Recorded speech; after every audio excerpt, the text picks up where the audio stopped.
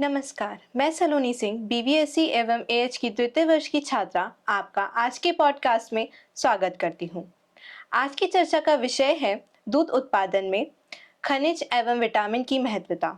आज की चर्चा के एक्सपर्ट हैं डॉक्टर सुनील जाधव सर, जो कि पशु पोषण विभाग में प्रधान वैज्ञानिक के रूप में कार्यरत हैं।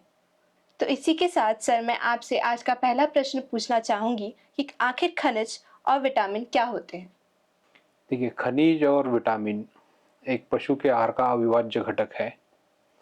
जैसे पशु के पोषण में प्रोटीन, एनर्जी, वसा इत्यादि घटक रहते हैं, उसी तरह से खनिज और लवण के साथ विटामिन अत्यंत महत्वपूर्ण घटक होते हैं। खनिज एक अकार्बनिक घटक है और जो बहुत ही सूक्ष्म मात्रा में पशु के पोषण में इनका होना बहुत आवश्यक होता है। अगर हम देखेंगे तो खनिजों का वर्गीकरण दो प्रकार में किया जा सकता है। एक प्रकार में वो खनिज होते हैं कि जिनकी मात्रा पशु के आहार में अधिक चाहिए होती है। उदाहरण के तौर पे अगर कहेंगे तो calcium, phosphorus, magnesium, sodium and chloride, potassium और सल्फर, ये 7 खनिज जिनको हम मैक्रो मिनरल्स भी कहते हैं, इनकी आवश्यकता पशु के आहार में तुलनात्मक दृष्टि से देखेंगे तो बाकी खनिजों से अधिक होती है।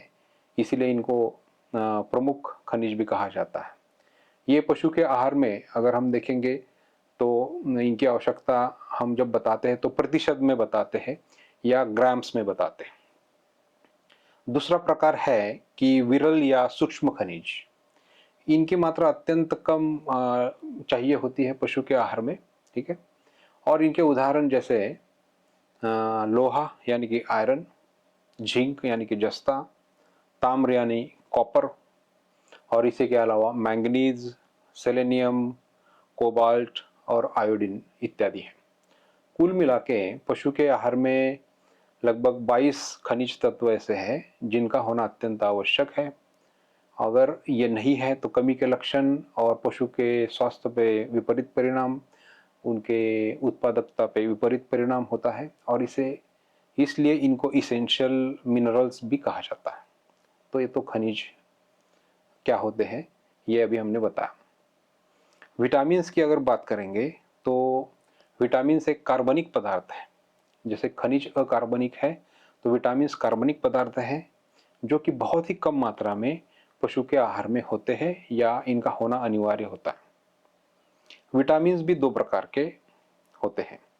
एक प्रकार तो वो है जो फैट सोल्यूबल विटामिन्स जिनको कहते हैं, यानी कि वसा में घुलनशील विटामिन या जीवन सत्व। और दूसरा प्रकार है पानी में घुलनशील।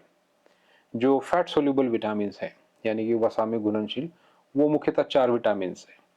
Vitamin A, vitamin D, vitamin A और विटामिन के। और पानी में घुलनशील विटामिन में आते हैं वो बी कॉम्प्लेक्स विटामिन, जैसे आपने सुना होगा thiamine, riboflavin, biotin, vitamin B5, pyridoxine इत्यादि। और इसी के साथ कोलिन है, फोलिक एसिड है, विटामिन सी है। ये सारे पानी में घुलनशील विटामिन है। सर, आखिर ये खनिज और विटामिन का जानवर के सामान्य स्वास्थ्य में क्या भूमिका रहती है। पशु के आहार में विटामिन और मिनरल का उनके स्वास्थ्य पर बहुत ही महत्वपूर्ण भूमिका होती है। मुख्यतः खनिज की कमी की वजह से उनके जो कमी के लक्षण हैं यानी कि डेफिशिएंसी सिम्टम्स दिखते हैं। प्रायः देखा गया है कि कैल्शियम और फास्फोरस की कमी की वजह से हड्डियों में कमजोरी आ जाती है। जैसे रिकेट्स नाम का डिसीज़ होता है, यानी कि जो बीमारी रहती है युवा जानवरों में, जिनमें हड्डियों में लचीलापन होना या हड्डियों का विकसित नहीं होना इत्यादि लक्षण दिखते हैं। दुधारू पशुओं में खनिज तत्वों की कमी के कारण उनके रोग प्रतिकार क्षमता पे विपरीत परिणाम होता है। और सभी खनिजों की कमी की वजह से ये देखा गया है कि जानवरों की जो रोग प्रतिकार क्षमता है उसमें कमी होने के कारण उनमें जंतु संसर्ग बहुत जल्दी हो जाता है। और जितने कमी के लक्षण हैं, जैसे हम अगर बात करेंगे सोडियम और क्लोराइड यानी नमक, नमक बहुत अत्यंत ज़रूरी खनिज है पशु के आहार में। इसकी कमी की वजह से पशुओं में कमजोरी होना, भूख न लगना और जितने भी पोषक तत्व का अवशोषण होता है और उनके उपयोगिता में कमी आ जाती है। इतर बाकी जो खनिज लवण है, जैसे आयरन की वजह से खून में कमी, कॉपर की वजह से पशुओं में डायरिया हो जाता है, उनके बालों में या ऊन में अवर्णीयता आ जाती है, यानी कि डिस्कलरेशन हो जाता है। जस्ते की यानी जिंक की अगर कमी है तो पशुओं के त्वचा में बाधा आ जाती है और उसको पैराकेराटोसिस भी कहा जाता है, जिसमें त्वचा खुरदरी बन जाती है और उसमें जख्म भी हो जाते हैं।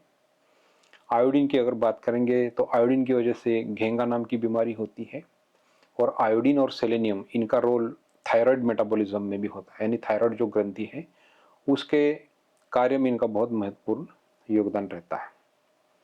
और विटामिन की अगर बात करेंगे, जैसे vitamin A, D, vitamin E और विटामिन के, मुख्यतः इनका रोल पशु के स्वास्थ्य में ये होता है कि जितने तनाव जो पशु के आहार पशुओं में निर्माण होते हैं, वो तनाव को कम करने में इन विटामिन की बहुत ही आवश्यकता होती है। और ये देखा गया है कि विटामिन की कमी होने के कारण पशुओं के प्रजनन पे कुप्रभाव पड़ता है। कई समस्या प्रजनन के संबंधी मिनरल्स और विटामिन की कमी के कारण हो जाती है, जैसे कि गर्भपात, भ्रूण गर्भाशय में ही मर जाते हैं, एबॉर्शन की बीमारी हो जाती है, या बार बार प्रजनन की समस्या आ जाती है, अनिस्ट्रस यानी कि असमय पे मध्यकाल आ जाना इत्यादि बहुत ही घातक ऐसी रिप्रोडक्शन या प्रजनन संबंधी बीमारियां पशु में हो जाती है। सर, मैं चाहूंगी आप हमारे दर्शकों को बताएं कि इन खनिज और विटामिन का क्या स्रोत रहता है और क्या इन्हें सामान्य आहार में देना चाहिए या फिर अन्य कोई माध्यम। पशु के आहार में जो घटक होते हैं वही इनके स्रोत होते हैं, लेकिन ये देखा गया है कि मृदा में खनिजों की अगर कमी है तो जो पशु के आहार के घटक है, जैसे हरा चारा हो गया या दाने हो गए, इनमें भी इसकी कमी आ जाती है। मुख्यतः ये देखा गया है कि जो दाने के घटक होते हैं, मुख्यतः जो खल यानी प्रोटीन स्रोत होते हैं, उनमें मुख्यतः खनिज अधिक मात्रा में रहते हैं। लेकिन जो चारे हैं, जैसे सूखा चारा हो गया या हरा चारा, जो ऐसी मृदा पे उगाया गया है कि जिसमें खनिज कम है, उसमें खनिजों की कमी रहती है। और इसकी वजह से हमें ये देखना अत्यंत आवश्यक है कि किसी और स्रोत से इनकी आपूर्ति की जाए। और मुख्य स्रोत अगर हम देखेंगे तो जो बाजार में मिनरल मिक्सचर मिलते हैं, यानी कि खनिज लवण चूर्ण भी जिसे कहा जाता है, ये इसका हो सकता है कि प्रमुख स्रोत हो जाते हैं। और विटामिन की बात करेंगे तो vitamin A, vitamin D, vitamin E, जो फैट में घुलनशील विटामिन है, ये प्रायः हरे चारे में प्रचुर मात्रा में होते हैं, लेकिन सूखे चारे में इसकी मात्रा कम रहती है। और जो दाने के स्रोत होते हैं उनमें भी इनकी मात्रा बहुत अच्छे प्रमाण में नहीं होती है। और जो ज़्यादा दूध उत्पादन देने वाले जानवर हैं या जो वृद्धिशील जानवर हैं, क्योंकि इनकी रिक्वायरमेंट खनिज और मिनरल्स की, विटामिन की ज़्यादा रहती है, और इसलिए विटामिन की आपूर्ति होने के लिए इनको जो रासायनिक घटक है या बाजार में जो विटामिन मिक्सचर्स होते हैं उसके द्वारा आपूर्ति होना आवश्यक है। तो यही इनके स्रोत है। सर, मुख्यतः इन खनिज और विटामिन का दूध उत्पादन बढ़ाने के लिए क्या विशेषकर भूमिका रहती है और क्या इनकी कमी से दूध की गुणवत्ता या मात्रा पे कोई प्रभाव आता है। देखिए, दुधारू पशुओं में दूध की उत्पादकता बनाए रखने के लिए या बढ़ाने के लिए खनिज और विटामिन अत्यंत आवश्यक होते हैं। जैसे मैंने बताया कि खनिज और विटामिन स्वास्थ्य के लिए अत्यधिक आवश्यक है। उसी तरह से जो दूध देने वाले जानवर हैं, जैसे ब्याने के बाद दूध में अचानक वृद्धि होती रहती है, खीस एवं दूध के द्वारा कई मिनरल्स उसमें उसका रिसाव होता है, और जिसके कारण शरीर में इन मिनरल्स की कमी होती है, और इस कमी की वजह से दूध उत्पादकता पे दुष्प्रभाव पड़ता है। जैसे मैंने बताया है कि सोडियम एवं क्लोराइड, यानी कि सॉल्ट, कॉमन सॉल्ट जिसको कहते हैं, इसका दूध उत्पादन में बहुत ही महत्व है। जैसे इसके कमी के कारण दूध उत्पादन कम हो जाता है, ग्लूकोज और प्रोटीन का जो अपटेक है शरीर के अंदर, उसमें कमी आ जाती है। मुख्यतः ये देखा गया है कि अगर मिनरल्स की कमी है तो जनरली भूख कम लगने की वजह से आहारन कम हो जाता है। आहारन कम होने के वजह से दूध बनने की क्षमता भी कम हो जाती है, और दूध उत्पादन घटता है। अगर हम आगे देखेंगे तो जो ज़्यादा दूध देने वाले जानवर या वृद्धिशील जानवर हैं, उनकी अगर उत्पादन क्षमता बनाए रखनी है तो मिनरल्स और विटामिन्स का अपना एक महत्वपूर्ण योगदान होता है। होता क्या है कि जितने ऐसे पशु हैं जो ज़्यादा दूध देते हैं, उनकी रोग प्रतिकार क्षमता कम रहती है और इस स्थिति में ऐसे मिनरल्स और विटामिन्स जो रोग प्रतिकार क्षमता को बनाए रखते हैं, इनका महत्वपूर्ण रोल है। उदाहरण तौर पे अगर बता दें कि विटामिन ए, विटामिन ई, इनका जैसे थनैला जो रोग है उसकी रोकथाम में एक महत्वपूर्ण भूमिका बजाते हैं और प्रसव के बाद अगर प्रजनन संबंधी समस्या जो होती है उनको कम करने में इनकी अत्यंत मुख्य भूमिका होती है। जैसे मैंने पहले भी बताया है कि प्रसव के बाद अगर दुधारू पशु जल्दी हिट में नहीं आते हैं, मध्यकाल इनका अगर जल्दी नहीं आता है तो एक इकोनॉमिक लॉस फार्मर को होता है और इसको कम करने के लिए प्रचुर मात्रा में मिनरल्स और विटामिन दाने में होना अत्यंत आवश्यक है। सर, इन खनिज और विटामिन को जानवरों को किस प्रकार देना चाहिए? खनिज और विटामिन्स को अगर आहार में इनकी कमी है तो इनको बाहर से देना अत्यंत आवश्यक है। तो जब बाहर से देने की जब बारी आती है तो भारत में जैसे ब्यूरो ऑफ इंडियन स्टैंडर्ड यानी कि भारतीय मानक ब्यूरो द्वारा खनिज मिश्रण का अपना फॉर्मूला उन्होंने तैयार किया हुआ है और उसमें विभिन्न रासायनिक घटक इनको मिला के एक मिश्रण बनता है। मैं उदाहरण के तौर पे मैं बताना चाहूँगा कि जैसे कैल्शियम के लिए चूना या लाइमस्टोन का उपयोग किया जाता है, फास्फोरस के लिए डाइकैल्शियम फॉस्फेट सॉल्ट का उपयोग किया जाता है और लवण के लिए जैसे खनिज यानी सोडियम क्लोराइड का इस्तेमाल किया जाता है। और जो सूक्ष्म खनिज तत्व है उनके भी विभिन्न रासायनिक सॉल्ट्स बाजार में उपलब्ध है, उनको भी इस मिश्रण में मिलाया जाता है। जैसे फेरस सल्फेट लोहे के लिए, zinc sulphate, copper sulphate, potassium iodide इत्यादि को मिला के एक खनिज मिश्रण बनता है। भारत में अनेक कंपनियां या इंडस्ट्रीज ऐसी है कि जो अपने स्तर पे विभिन्न प्रकार के मिनरल मिक्सचर्स बना के इनकी उपलब्धता मार्केट में होती है। तो किसानों से यही अनुरोध होता है कि ये मिनरल मिक्सचर्स आप वहाँ से अवगत करके अपने पशुओं के आहार में ये डाल दें। जहाँ तक विटामिन की आपूर्ति की हम बात करेंगे तो जैसे मैंने पहले भी बताया है कि विटामिन जनरली पशु के आहार में हरे चारे के रूप में मिलते हैं। जो हरे चारे होते हैं उसको पशु के आहार में 2 किलो 3 किलो कम से कम देना आवश्यक है और उसी से इनकी मुख्यतः आपूर्ति होती है। जहाँ बहुत ज़्यादा दूध देने वाले जानवर होते हैं उनको इनकी मात्रा अधिक लगती है तो उस केसेस में हमें बाहर से कुछ रासायनिक पदार्थ विटामिन मिक्सचर्स भी उपलब्ध है। मार्केट में तो खनिज एवं विटामिन दोनों को मिलाकर भी ऐसे मिनरल एवं विटामिन मिक्सचर्स उपलब्ध है जिसको पशु के आहार में देना आवश्यक है।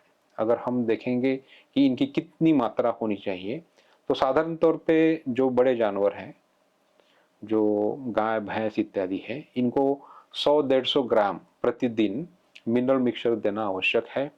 अगर हम स्मॉल रूमिनेंट्स यानी भेड़ बकरी इत्यादि जानवरों को अगर हम देखेंगे तो लगभग 30 से 50 ग्राम प्रतिदिन मिनरल मिक्सचर हर रोज देना अत्यंत आवश्यक है और इस प्रकार से मिनरल एवं विटामिन की आपूर्ति की जा सकती है।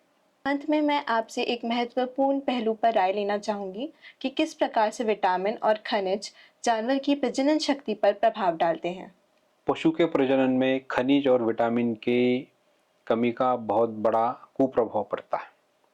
हम अगर देखेंगे तो जितने भी हमारे केसेस रहते हैं प्रजनन संबंधी समस्याओं में, ये देखा गया है कि उन पशुओं में खनिज तत्वों की कमी शरीर के अंदर काफ़ी हद तक पाई गई है और ये भी देखा गया है कि इनकी विटामिन की आपूर्ति नहीं हो पाती है।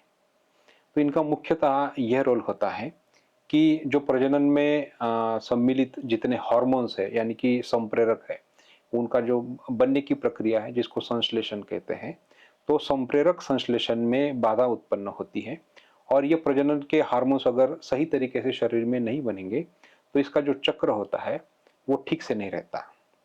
तो इसका अगर हम देखेंगे किस प्रकार से इसका प्रदर्शन होता है तो खनिज और विटामिन की कमी के कारण सामान्यतः ये देखा गया है कि रिपीट ब्रीडिंग की एक समस्या होती है, यानी कि पशु बार बार हीट में आता है, मद में आता है। इसका मतलब यह है कि वो आर्टिफिशियल इंसेमिनेशन करने के बाद भी गाभिन नहीं रहता है, और ये बार बार प्रजनन करने की वजह से एक आर्थिक नुकसान फार्मर को भुगतना पड़ता है। और इसी के साथ अगर वो कंसीव भी होता है, यानी कि गाभिन रहता भी है, और उसके बाद भी खनिज और विटामिन की कमी होती है, तो मुख्यतः देखा गया है कि आगे चल के गर्भपात होना और गर्भ की वृद्धि नहीं होना, गर्भ का अंदर मृत्यु हो जाना, ठीक है। और अगर गर्भ सामान्य प्रसव होता भी है तो उसमें कई प्रकार की बीमारियां होना, और ये सारी समस्या है उसमें दिखती है। तो मुख्यतः खनिज और मिनरल्स अगर हम सही मायने में देखेंगे, अगर प्रचुर मात्रा में या उचित मात्रा में अगर हम उसके आहार में देंगे, तो प्रजनन संबंधी काफ़ी ऐसी समस्या है जिनका निवारण हो सकता है। और एक इसमें मुख्यतः ये बात है कि जैसे विटामिन ई और सेलेनियम, एक खनिज और एक विटामिन, इनका रोल है कि जैसे जेर का ना गिरना, ठीक है। और ये भी देखा गया है कि जो थनैला रोग है या जो गर्भाशय का दाह है, ये अत्यंत मुख्य ऐसी बीमारियां हैं जिसकी वजह से फार्मर्स को या किसान भाइयों को नुकसान भुगतना पड़ता है। तो ये देखा गया है कि अगर खनिज और मिनरल्स हम सही मात्रा में दें तो प्रजनन संबंधी समस्याएं काफ़ी कम होती है और इसका आर्थिक लाभ किसानों को हो जाता है। सर, आपका बहुत बहुत धन्यवाद IVRI पॉडकास्ट में आने के लिए और हमें एक बहुत ही महत्वपूर्ण जानकारी देने के लिए। आशा है हमारे दर्शकों को ये एपिसोड ज्ञानवर्धक लगा होगा, और अगर आपके मन में कोई सवाल या कोई सुझाव है तो हमें कमेंट सेक्शन में साझा कर सकते हैं। तब तक के लिए धन्यवाद।